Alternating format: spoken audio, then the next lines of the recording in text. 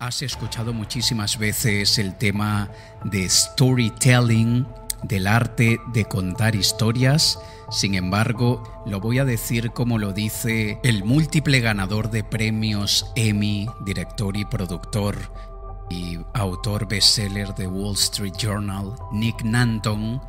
Él le llama storytelling, o el arte de vender a través de historias. Y las historias es algo que nos ha acompañado desde que somos niños. Es algo que está con nosotros desde siempre. Y esto es algo que nosotros, de alguna forma, nos hemos anclado al poder que tiene una buena historia. Está comprobado científicamente y neurológicamente que las historias nos hacen producir oxitocina, que es la hormona del amor. Cuando nosotros sabemos utilizar las historias para vender y persuadir de forma positiva, nos volvemos más efectivos en el arte de la venta y en el arte de la persuasión. Hay varios elementos que hacen que nosotros podamos contar una historia de forma correcta. No sé si te has dado cuenta, pero cuando vemos una película de aquellas súper buenas, empiezan por la mitad de la acción. No empiezan por el principio, sino empiezan en el momento del conflicto, en el momento que hay una persecución, en el momento que la vida de alguien esté en peligro, en el momento que alguien probablemente va a hacer un giro en su vida drástico o lo acaba de hacer. Y esto es porque nosotros tenemos generalmente que contar una historia no desde el principio, sino desde el punto alto de la historia. Y en este caso, desde el punto alto del conflicto de la historia. Y luego nosotros podemos aplicar principios como el de Vladimir Prop, que se dedicó a analizar todos los componentes de los cuentos e historias, o inclusive lo que estudió Campbell del viaje del héroe, que el viaje del héroe es básicamente la estructura narrativa que tienen muchísimas historias, que básicamente el viaje del héroe, o como se le dice en inglés, The Hero's Journey, y en este caso el héroe eres tú. Tú empiezas la película cuando estás en un momento de aquel en el que estás en el punto en el que tienes que tomar la decisión que te va a cambiar la vida. Y tienes que decir, ¿acepto o no acepto? Como aquel punto de la película Matrix en que Morfeo le entrega a Neo la pastilla roja o la azul. Ese es el punto de inflexión. Si nosotros empezamos la historia en ese momento, ya inmediatamente la gente quiere saber por qué estás en ese momento, a dónde te va a llevar ese momento y qué te trajo a ese momento. Pero si vamos al inicio del viaje del héroe, según Campbell y según Prop, tú empiezas en tu mundo ordinario, tu mundo normal, tu mundo del día a día. No hay nada fuera de lo normal, está todo como es cada día, sin ningún tipo de contratiempo ni obstáculo ni nada. Pero luego viene la llamada a la aventura, que es aquí donde, por ejemplo, es lo que te hace salir de casa, lo que te hace tener que dejar el café por la mitad, vestirte y salir corriendo. Y luego tienes dos opciones, que es aceptar el llamado o rechazar el llamado. Es aquí donde viene la parte de la decisión, la pastilla roja o la pastilla azul. Y luego, aunque cada caso tiene su propia historia y variará según cada caso, luego es generalmente en el viaje del héroe cuando te encuentras con el gurú, con el maestro, con el hechicero, con el de máxima sabiduría, que de aquí de alguna manera te da lo que necesitas, o la iluminación que necesitas, o los conocimientos que necesitas para poder desempeñar a cabo tu misión. Supongamos que el viaje del héroe, cuando has salido por la mañana luego de tomarte tu café y has tenido un accidente de coche, ha sido porque tu madre o tu padre o tu hermano te ha dicho: necesito que vayas ahora mismo a buscar a no sé quién al cole que se siente mal. Y entonces tú tienes que encontrarte con el maestro que te diga, por ejemplo, dónde es, dame la dirección, cómo llego allí, con quién tengo que hablar, en qué parte del colegio lo encuentro. Es el que te da la información, la sabiduría que necesitas para poder llevar a cabo tu misión. Luego es cuando viene la parte de la resolución del primer conflicto. Es como, digamos, ya has encontrado a tu sobrino, que lo has tenido que ir a buscar al colegio, por ejemplo. Pero luego viene un segundo conflicto. El niño se te vomita en el coche. Y eso forma parte del viaje del héroe. Primero una conquista, una parte de la misión cumplida, pero luego viene una caída. y hay otro conflicto. Y luego es aquí donde se presenta muchas veces el ayudante, el viejito que te ayuda en la misión. Toda historia debe tener el héroe, que en este caso, si es tu historia, la de tu empresa, eres tú. Luego tenemos al agresor o antihéroe, que en este caso puede ser la enfermedad de tu sobrino. O el antihéroe para mí en muchos casos es el conformismo, la mediocridad, las personas fracasadas por opción propia. Pero luego también tenemos al ayudante. Cuando tú no sabes cómo lidiar con la situación, entonces viene el ayudante y es allí cuando el ayudante le ayuda al héroe a pasar el segundo momento de conflicto.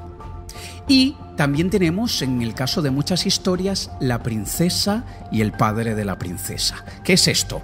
La princesa es el premio. La princesa en este caso es tu sobrino.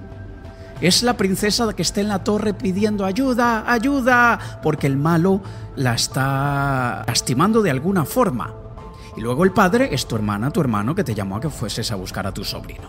Luego tenemos la parte donde empezamos a conocer a aliados y enemigos, donde empezamos a encontrar gente que nos apoya y encontramos a los detractores. Para que una buena historia venda, para que una buena historia sea persuasiva, nosotros debemos darle un nombre a ese enemigo, a ese antihéroe. Por ejemplo, el calentamiento global. Ese es el enemigo. El enemigo son los combustibles fósiles, todo aquello que está dañando el planeta, todo lo que la humanidad está haciendo para acabar con nuestra existencia. Eso es el villano de la película y le llamamos por su nombre. Pero luego tenemos que decir por qué ahora es el momento de hacer algo al respecto. Y es aquí donde nosotros debemos presentar ciertas pruebas en la historia de por qué es un problema grave. Aquí es donde nosotros tenemos que empezar a decir por qué el problema es un problema y no simplemente una situación incómoda que podemos todos superar. Luego que hayamos dicho por qué ahora, tenemos que mostrarles el futuro ideal y no necesariamente tenemos que explicarles ahora mismo cómo llegar allí. Yo te digo exactamente cómo lucirá la vida luego de haber derrotado al enemigo. Luego es donde empezamos a explicar los obstáculos que vamos a encontrar en nuestro camino para llegar a la tierra soñada y cómo los vamos a superar. Y lo que tenemos que hacer es simplemente identificar cada uno de los obstáculos que encontraremos para llegar al buen desenlace que tú quieres conseguir con ese momento de venta o de persuasión, lo que quieras, y cómo vamos a superar cada uno de ellos. Y es allí donde nosotros utilizamos cada argumento contra cada objeción. Es aquí donde es el momento de darle un puñetazo a cada pero que se le pueda producir en la mente de la persona a la que queremos venderle algo, bien sea un producto, servicio o una idea, o la persona que queramos persuadir, bien sea a tu marido o tu pareja que siempre se sale con la suya y termina quedándose en casa el sábado por la noche cuando tú lo que quieres es salir a comer fuera, o cuando de repente tu pareja te dice que lavará el baño mañana y al final terminas lavándolo tú, en fin. Todos tienen una idea que vender o alguien a quien persuadir para beneficio mutuo. Luego de ese momento es donde nosotros presentamos las pruebas de peso. Porque si no hay pruebas de peso, no es un problema. Y cuando nosotros unimos todo esto, el enemigo muy bien identificado, luego, ¿por qué ahora es el momento de actuar y por qué no podemos seguir esperando?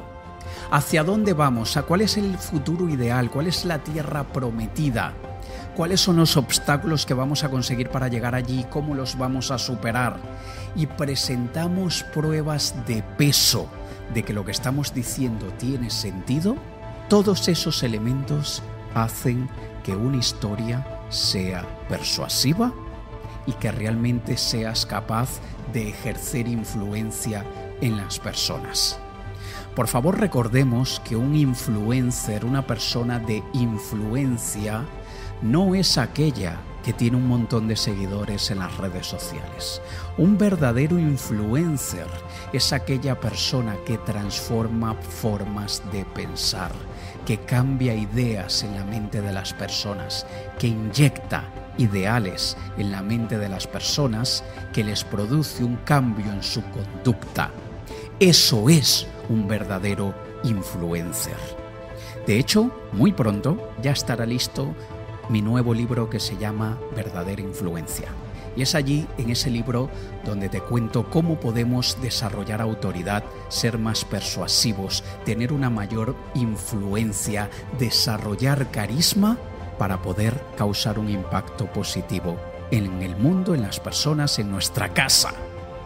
Y bueno, esto es simplemente un abreboca de muchos de los contenidos que empezarás a escuchar de mi parte, que empezaré a compartir contigo, porque la persuasión, autoridad e influencia van mucho más allá que las personalidades de poder en la sociedad. Tú tienes que ser persuasivo con tu pareja, con tus hijos, con tu jefe, con un montón de personas, con la señora del restaurante.